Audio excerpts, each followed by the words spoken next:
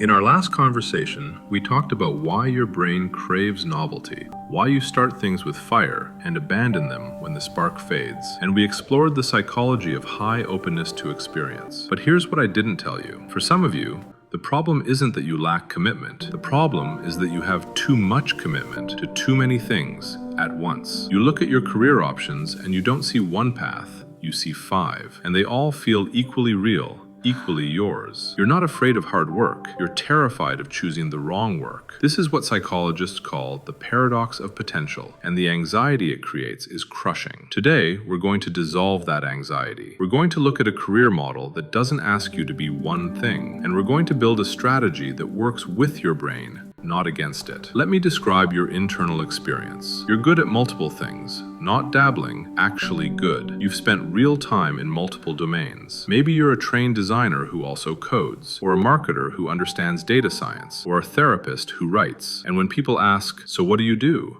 you freeze, because the honest answer is complicated and the world wants simple. Society has a mental model for success. It's called specialization, and it's been the dominant career strategy for over 100 years. Here's why. For most of the 20th century, the world was stable. Industries changed slowly. A company could predict what skills it would need 5 years from now. So the advice was simple. Pick one thing, go deep, become the expert. Psychologists call this a kind learning environment. The rules are clear. The feedback is immediate, and repetition leads to mastery. Think of a surgeon, or a classical pianist, or a tax accountant. These careers exist in kind environments. The more you repeat, the better you get. And for people in those fields, the T-shaped model works beautifully. One deep pillar of expertise, shallow knowledge in a few adjacent areas. But here's what changed. The world is no longer kind. It's what researchers call a wicked learning environment. The rules shift constantly, feedback is delayed, and patterns are hidden. In a wicked world, the hyper-specialist can have dangerous blind spots. Now, to be very clear, we absolutely need specialists. Their deep knowledge is invaluable. The problem isn't the T-shaped path. The problem is when it's treated as the only valid path. When you're told that having multiple interests makes you unfocused, unreliable, unemployable,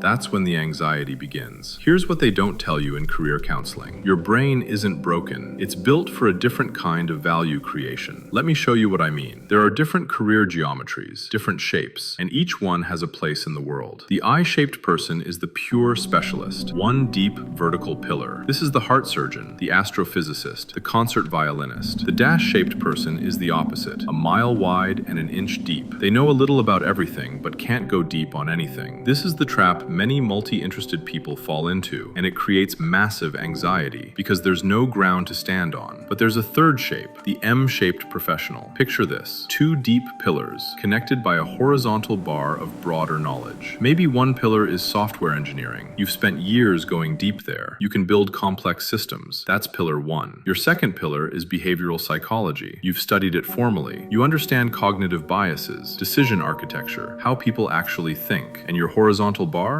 That's your interest in design, storytelling, neuroscience, history. Now you're not just a programmer with random interests. You're the person who can build products that actually change user behavior because you understand both the technical system and the human system. That combination is rare. That combination is valuable. And the tool that makes this possible is called far transfer. Most people use near transfer. They learn something in one context and apply it to a very similar context. A chef learns to make French sauces, then applies that technique to Italian cooking. Same domain, slight variation. But polymaths use far transfer. They see the deep structure in one field and map it onto a completely different field. Here's a real example. A biologist studying how ant colonies distribute work without a central controller. No queen is giving orders, yet the colony functions perfectly. That same biologist looks at internet routing protocols and realizes the ants are solving the same computational problem that network engineers are trying to solve. That insight leads to a breakthrough in how we design distributed systems. That's far transfer. Seeing